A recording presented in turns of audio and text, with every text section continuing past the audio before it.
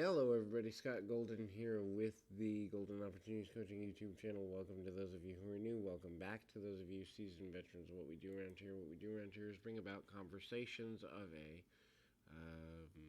pro wrestling logic approach here. As this is pro wrestling logic, this is the Superstars of Wrestling edition for the 25th of March 1995. We are literally about a week away from, or just over a week away from Wrestlemania.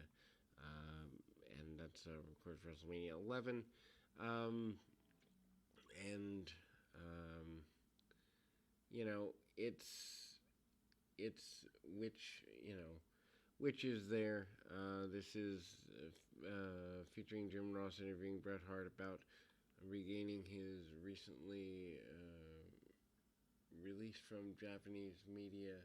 Hakushi and Shinja appear, and Hakushi assaults Bret Hart.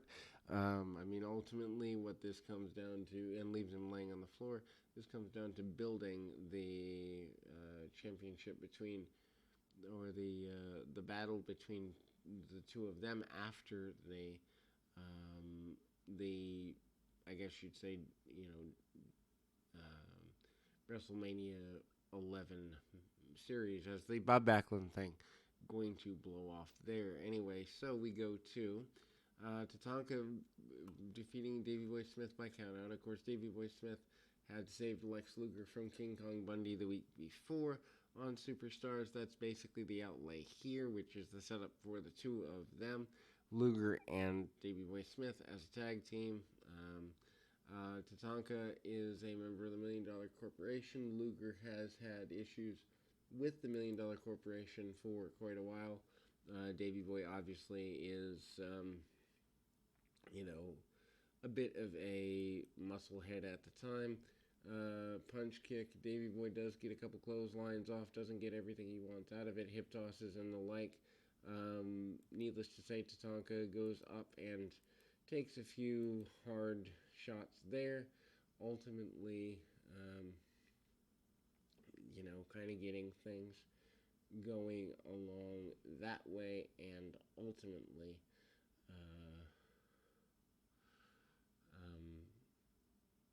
hitting things and gets a couple of drop kicks. Does Tatanka? Tatanka also, in a directive way, manages to get a process there, and Davy Boy manages to hit a deep suplex, kind of hanging suplex, getting everything together, and ultimately, looks like he's about to win. Tries to slide off the shoulders, doesn't come together for Tatanka. Tatanka obviously gets the. They actually go through a commercial break, which at this time is a pretty big deal, and ultimately is just kind of there. Tatanka obviously looks extremely winded. It's just amazing to me where he was in 92 through 94, even late 91 through probably the summer of 94 when he does the heel turn. Tatanka in less than friendly shape. Davy Boy rolls him up or tries to get the pinfall. Pretty basic attempts, but doesn't get what he wants out of that. The count out goes to the outside, and the fight goes to the outside for a minute. Davy Boy tries to brawl a bit, doesn't get what he wants out of the brawl, managing to get things going in a positive direction for himself over Aldo, and ultimately the count-out victory is there. Hype from Kama, in the last Monday Night's Raw. Not exactly a superb thing here, but kind of we go back to kind of seeing the hype for WrestleMania 11. Shawn Michaels, there's a hype package with Shawn Michaels kind of focusing on his issues with Diesel And then we go to a WrestleMania report where they basically do continue to hype up the upcoming issues between the two. The heel turn of Men on a Mission against the Smoking Guns on the Action Zone is there. Men on a Mission and the Guns basically. Men on a Mission's Oscar basically says that Men on a Mission are now out for themselves and not the fans.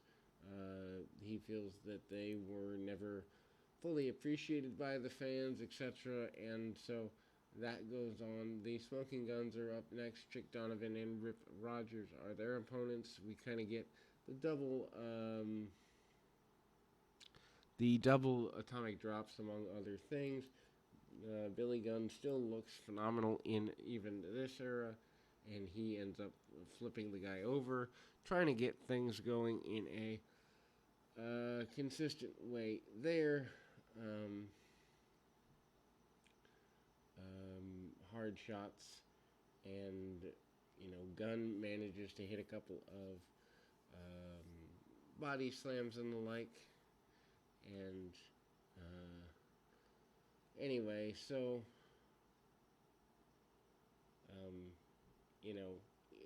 it's there, and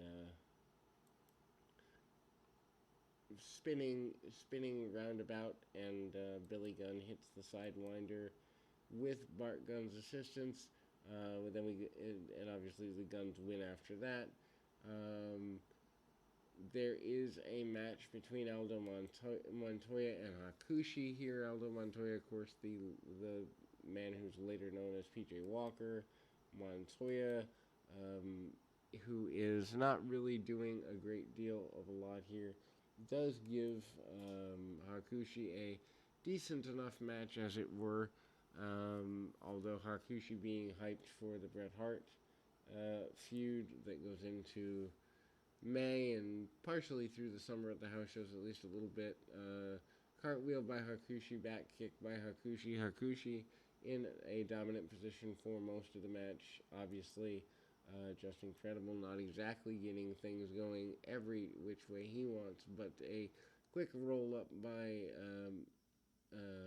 Aldo Montoya. Montoya hits a couple of drop kicks on the outside. Distraction by Shinja, the manager of Hakushi.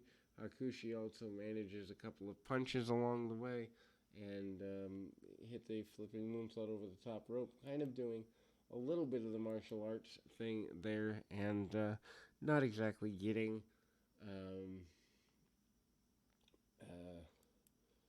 a big run there, and some Irish whips, back elbow by Credible, or otherwise known as Aldo Montoya, gets a near fall off a clothesline.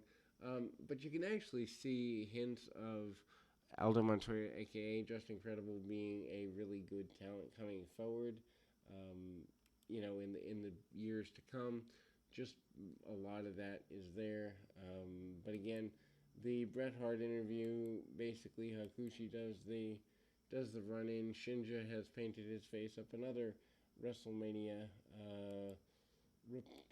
report, as it were, and really hyping the various football players who will be part of the WrestleMania 9 or the WrestleMania 11 run, and they're talking about that being next week. The confrontation eventually between none other than Bret Hart and Hakushi taking place. They also try to do some degree of acknowledgement of the confrontation between Barry Horowitz and Jeff Jarrett. But Bob Backlund puts the, crossface on his opponent here. Henry Godwin in a squash match against Mark Starr. Godwin nails Starr with a clothesline or two, and ultimately gets quite the run there. But Godwin hits the inverted slap drop and gets the victory. And we'll be back with more right after this.